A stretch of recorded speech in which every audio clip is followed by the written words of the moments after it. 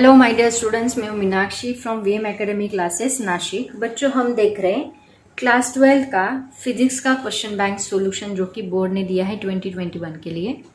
तो अभी हम लोग magnetic field due to electric current ये चैप्टर देख रहे थे। उसके ऑलरेडी मैंने सभी क्वेश्चंस हो गए, बस 4 मार्क्स के क्वेश्चंस बचे थे, उसमें सभी डेरिवेशन से, इसलिए मैंने उसका सेपरेट वीडियो बनाना चाहा। ऑलरेडी मैंने 2 वीडियो इस चैप्टर के अपलोड किए हैं। आज हम लोग तीसरा वीडियो देखने वाले हैं। तीसरे वीडियो में आपको बस 4 मार्क्स के क्वेश्चंस देखने हैं, बाकी कुछ नहीं। तो स्टार्ट करते हैं आज का तीसरा वीडियो। जहाँ पे ज़रूरत होगी वहाँ मैं बोर्ड यूज़ करूँगी, नहीं तो डायरेक्टली क्वेश्चन बैंक के ऊपर ही सॉल्व करके बताऊँगी वो स्टेप कैसे आई है। अगर ऐसे आपको समझ में नहीं आता है तो ज़रूर कमेंट करें, मैं आपको सेपरेट से एक्सप्लेन करूँगी।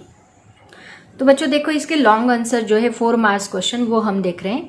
सबसे पहला क्वेश्चन देखो क्या है। शो दैट, ये क्वेश्चन बहुत ईजी पूछा है उन्होंने, 4 मार्क्स के लिए है। Show that current in 2 long straight parallel wires exert forces on each other। 2 parallel wires है, एक दूसरे के ऊपर फोर्स एक्ट करे, क्योंकि इसमें से भी करंट फ्लो हो रहा है, इसमें से भी करंट फ्लो हो रहा है। Okay, parallel wires exert force on each other. Derive the expression for the force per unit length, मतलब F डिवाइड बाय L का आपको एक्सप्रेशन डिराइव करना है ऑन ईच कंडक्टर। इसके पहले इसका एक न्यूमेरिकल हमने सॉल्व किया था F पर फोर्स पर यूनिट लेंथ का। ठीक है, तो सबसे पहले एक केस 1 देखते हैं। मान लो ये दोनों वायर्स में से जो करंट फ्लो हो रहा है वो सेम डायरेक्शन में हो रहा है। पहली case, both wires carry current in same direction. ये दोनों में से करंट, इसका भी करंट I1 इस डायरेक्शन से फ्लो हो रहा है, इसका करंट I2 इस डायरेक्शन से फ्लो हो रहा है। दोनों में डिस्टेंस कितना है D। ओके, अब देखो इसके ऊपर जो मैग्नेटिक फील्ड प्रोड्यूस होती है उसके लिए हम लोग बायर-सावर्ट लॉ यूज करेंगे। बायर-सावर्ट लॉ का यूज करके हमें मैग्नेटिक फील्ड निकालनी है, जो एक कंडक्टर के लिए हमने निकाली थी, जिसका फॉर्मूला डेरिवेशन है इसका। तो ये क्या था, magnetic field at the second wire. मतलब देखो ये इसमें से करंट फ्लो हो रहा है, तो ये क्या जनरेट करिए, मैग्नेटिक फील्ड जनरेट करिए। वो मैग्नेटिक फील्ड का इफेक्ट किसको हो रहा है, ये वायर को हो रहा है।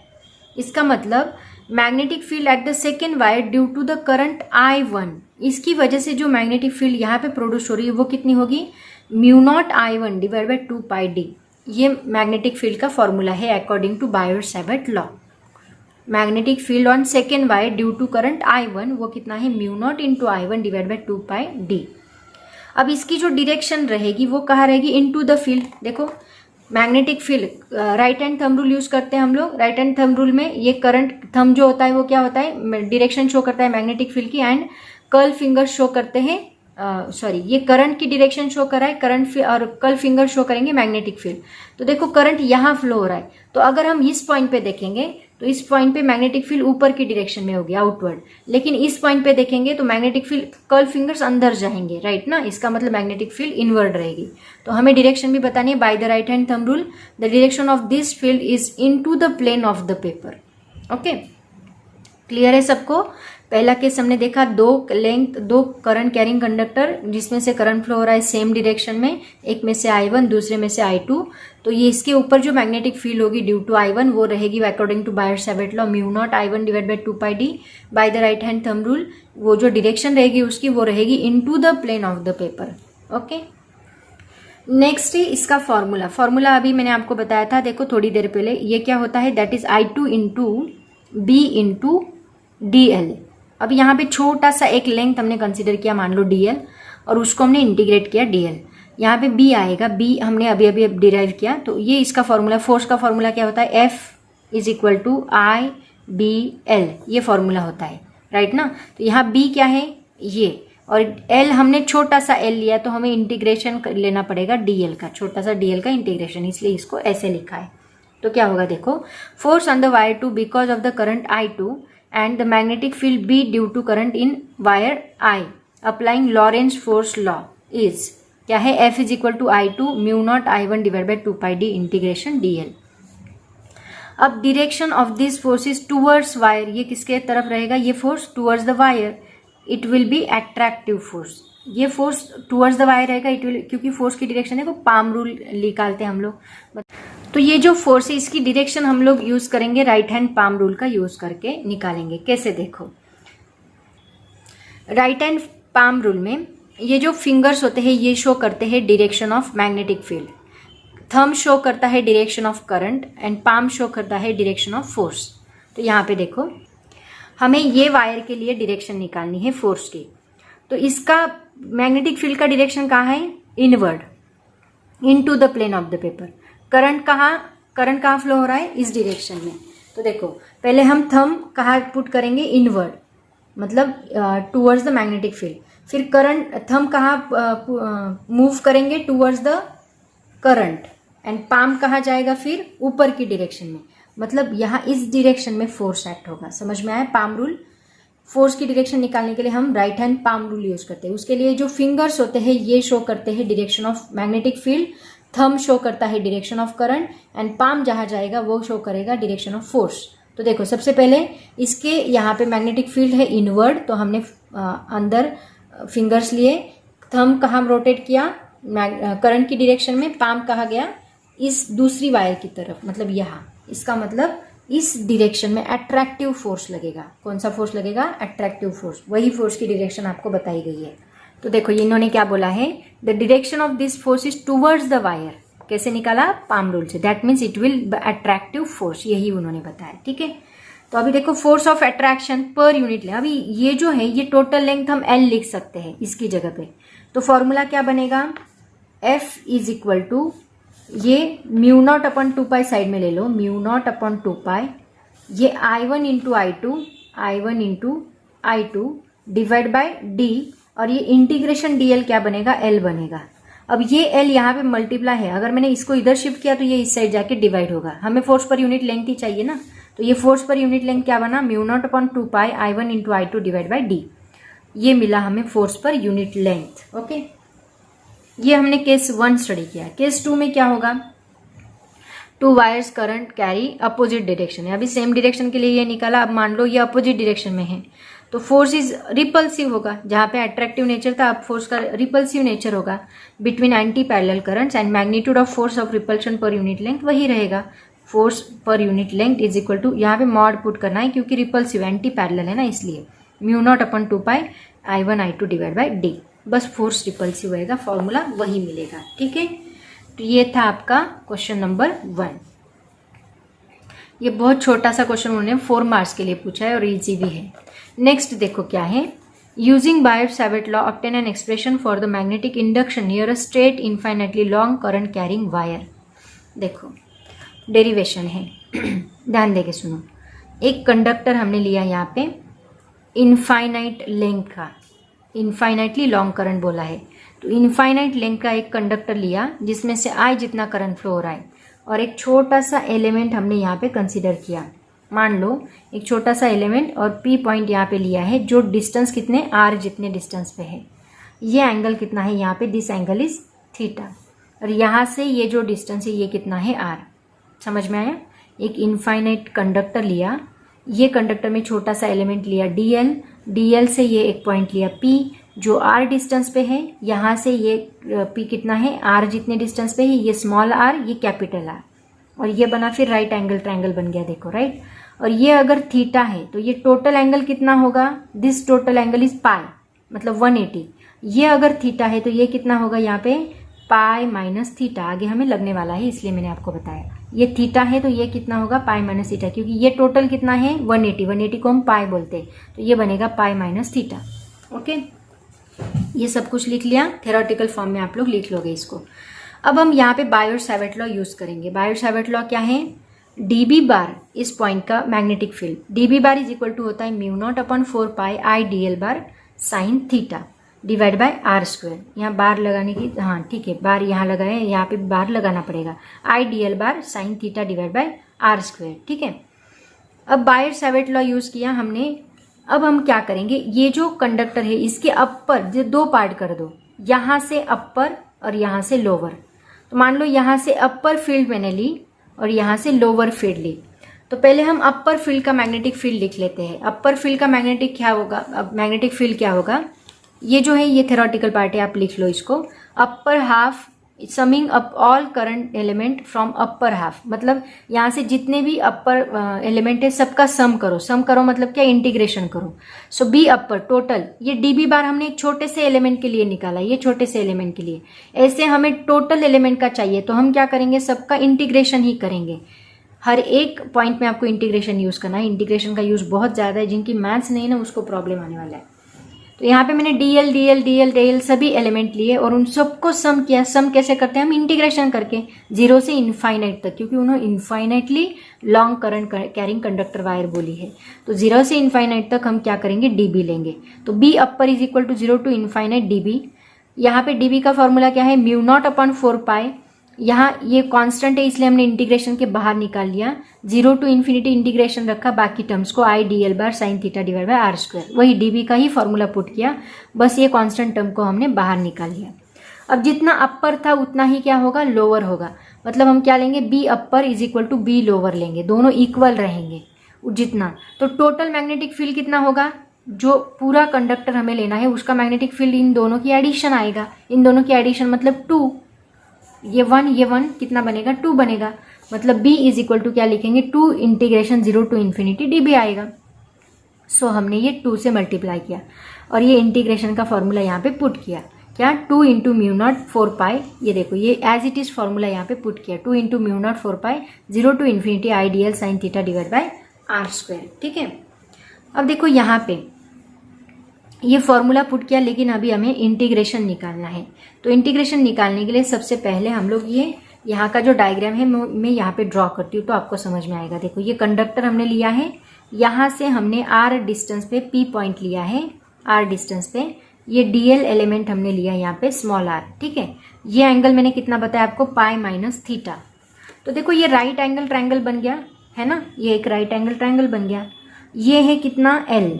तो देखो अकॉर्डिंग टू पाइथागोरस थ्योरम क्या होता है? R square is equal to क्या बनता है? ये दोनों साइड का स्क्वायर का addition, l square plus are square. तो आर कितना बनेगा? Under root L square plus are square बनेगा। तो ये देखो आर, हमें ये आर निकालना है इसलिए मैंने लिखा r is equal to under root L square plus are square. समझ में आया? यहाँ तक क्लियर है? उसके बाद देखो ये पाई माइनस थीटा है, sine theta is equal to क्या होता है? साइन पाई माइनस थीटा है अलाइड एंगल्स में। तो ये sine theta is equal to हम क्या लिखेंगे? साइन पाई माइनस थीटा लिखेंगे। And sine pi minus theta क्या बनेगा? सो का मतलब होता है opposite side divide by hypotenuse. Opposite side क्या है? Sine theta is equal to opposite side क्या है? आर डिवाइड बाय हाइपोटेनस क्या है? Small are. तो हमने लिखा r divide by small r. ठीक है, ये ट्रायंगल, यही ट्रायंगल मैंने यहाँ पे ड्रॉ किया है। तो ये साइन थीटा हो गया, ये साइन थीटा हमें चाहिए था, आर डिवाइड बाय आर लिखा, ये स्मॉल आर हमने लिखा L square plus are square. कैसे आया मैंने आपको बताया। ठीक है, ये स्टेप क्लियर है सबको? आगे चलते हैं। अब देखो यहाँ पे जो आर हमने निकाला था under root L square plus are square, वो आर हम लोग इस फॉर्मूले में पुट करेंगे, इस आर की जगह पे पुट किया। अभी ये फॉर्मूला जो है साइन थीटा का एज इट इज आप लोग किस फॉर्मूले में पुट करो? इस फॉर्मूले में। तो यहाँ पे 2 म्यू नॉट, अभी देखो ये 2 2 जा 4 बनेगा, ये 2 2 जा 4। तो हमने क्या लिखा? Mu naught I divide by 2 pi लिखा। म्यू नॉट ये आई बाहर निकाल लिया, mu naught I divide by 2 pi. Integration 0 to infinity as it is. यहाँ आर डी एल, अब हमने क्या किया? आई तो बाहर चला गया, लेकिन साइन थीटा की जगह पे हमने ये पुट किया, क्या?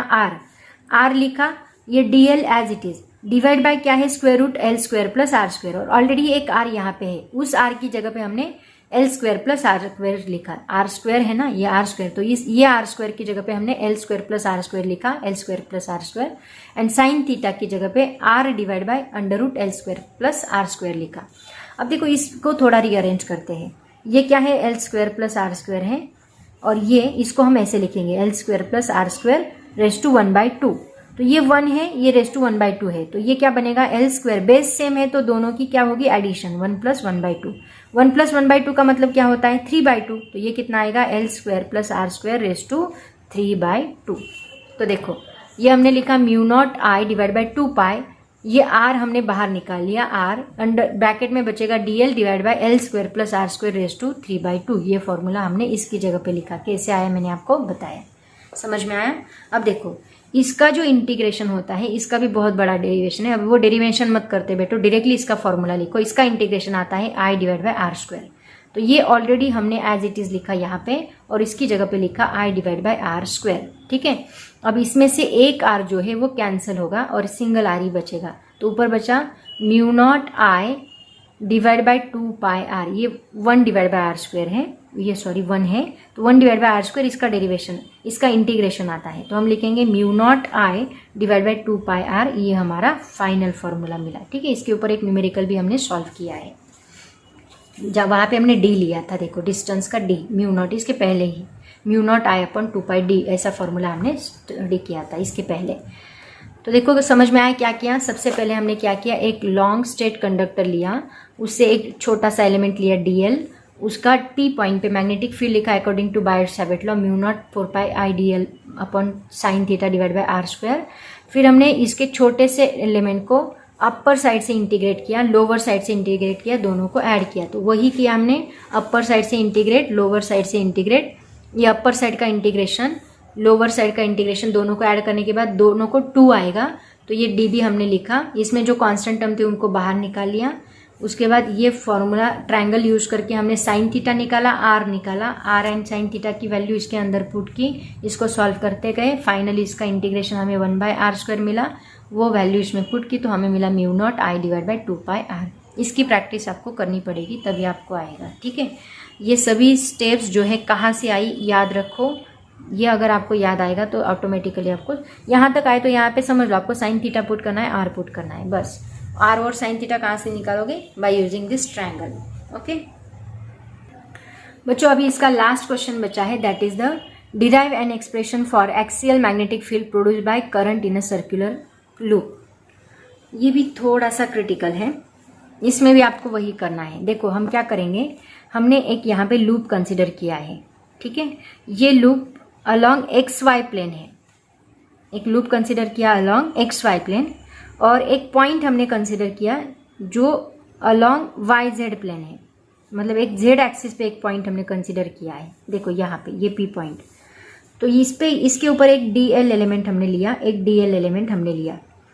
तो अभी तीनों एक्सिस, ये Z एक्सिस है, ये Y एक्सिस है, ये X एक्सिस है। आपको पता है तीनों एक्सिस में एंगल कितना होता है, दैट इज 90 डिग्री।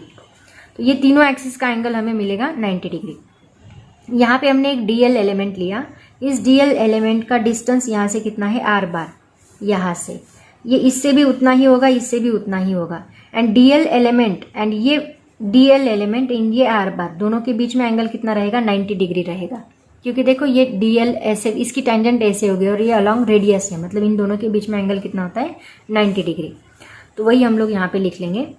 अब इस पॉइंट पे जो मैग्नेटिक फील्ड होगी वो कुछ इस डायरेक्शन में होगी, इस पॉइंट के ऊपर ये इस डायरेक्शन में मैग्नेटिक फील्ड। अगर आपको इसके डायरेक्शन वगैरह सब पता करना है ना, तो मैंने इसके वीडियोस जो है वो देखो, उसमें मैंने बताया है। तो इसकी डायरेक्शन ये रहेगी, मैग्नेटिक फील्ड की डायरेक्शन, क्योंकि हमेशा DL bar, R bar and DB ये सभी एक दूसरे को परपेंडिकुलर होते हैं। तो अगर R बार ऐसे आ रहा है, ओके, DL बार यहाँ पे है, ये तीनों एक दूसरे को परपेंडिकुलर, तो DB बार हमें कुछ इस प्रकार मिलेगा, एंगल थीटा जितने पे। ठीक है, तो ये थीटा जितने एंगल Z एक्सिस से बना रहा है। तो देखो इस डायरेक्शन में क्या होगा, इस डायरेक्शन में हमें मिलेगा DB साइन थीटा, एंड इस डायरेक्शन में क्या मिलेगा, DB कॉस थीटा। ये DB, यहाँ पे DB साइन थीटा, यहाँ पे DB कॉस थीटा, ये DB मिला।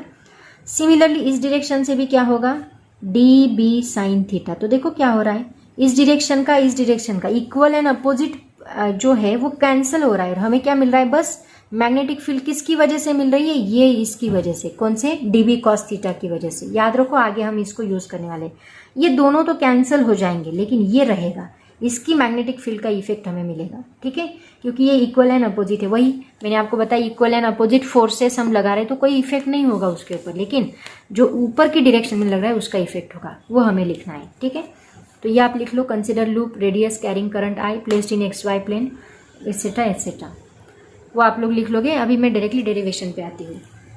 देखो, using buyer-Savart law the magnitude of the magnetic field क्या आएगी, इसका वेक्टर फॉर्म अभी हमने लिखा है, DB is equal to mu naught 4πi DL bar cross R bar divide by R cube. अब मैंने आपको क्या बोला कि इन दोनों के बीच में एंगल कितना है, 90 डिग्री। तो ये क्या बनेगा, mu naught upon 4πi DL R sign theta divide by R cube. तो इसमें ये साइन थीटा कितना है, 90, तो ये 1 बनेगा, राइट। इसका मतलब यहाँ एक R कैंसिल होगा, ये 1 बनेगा, तो बचेगा क्या, mu naught 4πi DL divide by R square, ये बचेगा। तो वही हमने लिखा यहाँ पे। Any element real bar with always perpendicular to the vector r bar, हमेशा परपेंडिकुलर रहेगा मतलब 90 डिग्री एंगल बनाएगा फ्रॉम द एलिमेंट। इसका मतलब d l bar cross r bar is equal to d l r sine 90, मतलब ये d l are ही बचेगा। Okay, तो उसकी जगह पे हमने डी एल आर लिखा तो नीचे का एक आर कैंसिल होता है तो हमें मिलता है mu naught upon 4 pi I d l are square. Okay, ये समझ में आया कैसे? डी एल आर साइन 90, तो साइन 91 होता है तो ये क्या मिलेगा? डी एल इंटू आर, तो ये डी एल आर। इसकी जगह पे हमने सिर्फ डी एल आर लिखा तो नीचे का एक आर कैंसिल होता है और नीचे आर स्क्वायर मिलता है। Mu naught upon 4 pi as it is I as it is, d l r का एक आर कैंसिल और नीचे आर स्क्वायर मिलेगा। ओके, अब देखो यहाँ पे देखो ये राइट एंगल ट्रायंगल बन रहा है क्योंकि ये जेड एक्सिस है, ये वाई एक्सिस, दोनों में एंगल कितना है? 90 डिग्री। तीनों एक्सिस में एंगल 90 डिग्री होता है, तीनों एक्सिस एक दूसरे को परपेंडिकुलर, इन दोनों में 90 डिग्री एंगल है। यहाँ पे भी देखो ये आर स्क्वायर, ये कितना है? कैपिटल आर है, तो ये r square is equal to क्या मिलेगा आपको? Z square plus are square, या फिर r square plus z square मिलेगा। तो ये हम लिखेंगे यहाँ पे r square is equal to, क्योंकि यहाँ नीचे जो आर स्क्वायर है उसकी वैल्यू हमें पुट करनी है। R square is equal to क्या है? R square plus z square. तो डीबी का formula mu naught upon 4 pi I as it is रहेगा, डीएल एज इट इज रहेगा, नीचे आर स्क्वायर की जगह पे हम लिखेंगे z square plus are square. अब जैसे मैंने आपको बताया कि इसके जो परपेंडिकुलर कंपोनेंट है वो इक्वल एंड अपोजिट है तो वो कैंसिल होंगे, बचेगा कौन? बस ये जेड एक्सिस वाला ही बचेगा। कौन सा? डीबी कॉस थीटा, ये आप लोग लिखो वैसे, ठीक है? सेम है, सिमेट्री की वजह से, due to symmetry that components cancel out. Okay, hence only Z component remains. तो जेड कंपोनेंट्स कौन सा है? D B cos theta, Z component ही बचेगा ओवर द एंटायर लूप। तो ये डीबी सिर्फ डीबी नहीं रहेगा, ये क्या बनेगा? That becomes B is equal to, हमें इंटीग्रेशन लेना पड़ेगा डी बी कॉस थीटा, ठीक है? इसी को उन्होंने कहा है d B perpendicular. B is equal to, यहाँ पे इन्होंने डायरेक्टली डी बी जेड लिखा है, डी बी जेड का मतलब ही यही है क्या? D B Z is equal to d B cos theta. Okay, तो इसकी जगह पे हम डी बी कॉस थीटा लिख सकते हैं। अब यहाँ कॉस थीटा की वैल्यू क्या आएगी देखो। अब इस डायग्राम में देखो कॉस थीटा इन्होंने डायरेक्टली लिखा है आर डिवाइड बाय आर। तो अभी आप लोग पूछोगे कि आर डिवाइड बाय आर कैसे आए। अब देखो यहाँ पे ये एंगल कितना है? थीटा। ये टोटल एंगल कितना है? 90, तो ये कितना होगा? 90 माइनस थीटा होगा। ओके, सिमिलरली ये एंगल कितना है? 90। अब ये 90 माइनस थीटा है तो बचा हुआ कितना होगा? थीटा होगा। 90 में से 90 माइनस थीटा गया तो बचा हुआ थीटा होगा। ये थीटा है, ये टोटल कितना है यहाँ पे? ये टोटल 90 है, तो ये थीटा है तो ये कितना होगा? ये 90 माइनस थीटा होगा, क्योंकि ये यहाँ पे 90 है, ठीक है? ये 90 माइनस थीटा है, ये 90 है, ये 90 माइनस थीटा, ये 90, तो ये कितना होगा? थीटा। ऐसे ये थीटा आया है। अब आप लोग इतना मत करते बेटो, आप डायरेक्टली यहाँ पे थीटा लिख लो। अब देखो कॉस थीटा क्या आएगा इसका? कॉस थीटा का फॉर्मूला क्या होता है? का मतलब adjacent side divide by hypotenuse. इसकी एडजेसेंट साइड क्या है? आर, एंड इसका हाइपोटेनिस क्या है? Small R. मतलब adjacent side divide by hypotenuse capital R divide by small are. तो देखो ये capital R divide by small R, यहाँ पे कॉस थीटा मिला। आया समझ में? पहले फॉर्मूला लिखा, फिर अभी कॉस थीटा, इसका formula d B cos theta. मैंने कॉस थीटा क्यों बोला आपको? ये दोनों इक्वल एंड अपोजिट है, ये कैंसिल होते हैं तो बस ये ऊपर का बचता है। ओके, तो ये d B perpendicular d B cos theta लिखा, B Z is equal to d B Z. अब डी बी का फॉर्मूला यहाँ पे पुट कर दो, ये mu naught 4 pi I constant है उसको बाहर निकालो, डी एल कॉस थीटा यहाँ पे आएगा डिवाइड बाय ये Z square plus are square, इसको लिखा, ठीक है? तो यहाँ पे ये कैंसिल हो गया, सॉरी कैंसिल नहीं, कॉस थीटा रहेगा यहाँ पे। ये कॉस थीटा क्यों आया मैंने आपको बताया, डीबी की वैल्यू ये, इस डीबी की जगह पे ये होल वैल्यू हमने पुट की और cos theta as it is रखा। अब कॉस थीटा की जगह पे ये फॉर्मूला पुट करो, क्या?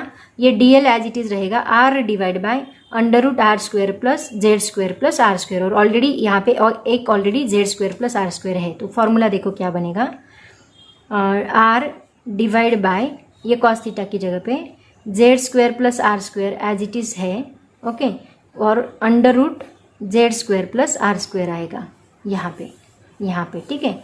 मतलब ये डी एल कॉस थीटा की जगह पे हमने ये फॉर्मूला पुट किया और already Z square plus are square, यहाँ पे डी एल भी लिखा तो भी चलेगा, R d L divide by ये Z square plus are square as it is, और इसका under root Z square plus are square. तो ये कितना बनेगा? Z square plus are square और ये Z square plus are square उसका रेस टू 1/2 सिमिलर हो गया। देखो अभी ये 1 + 1/2 कितना बनेगा, Z square plus are square raise to 3/2, तो ये हो गया आपका 3/2। तो देखो mu naught divide by 4 pi into ये I into R as it is divide by Z square plus are square raise to 3/2। अब ये डीएल ये पूरा लूप है, सर्कमफ्रेंस ऑफ द सर्कल नहीं बनेगा, ऐसे सभी डीएल डीएल डीएल डीएल सब कंबाइन किए तो ये क्या बनेगा 2πr बनेगा।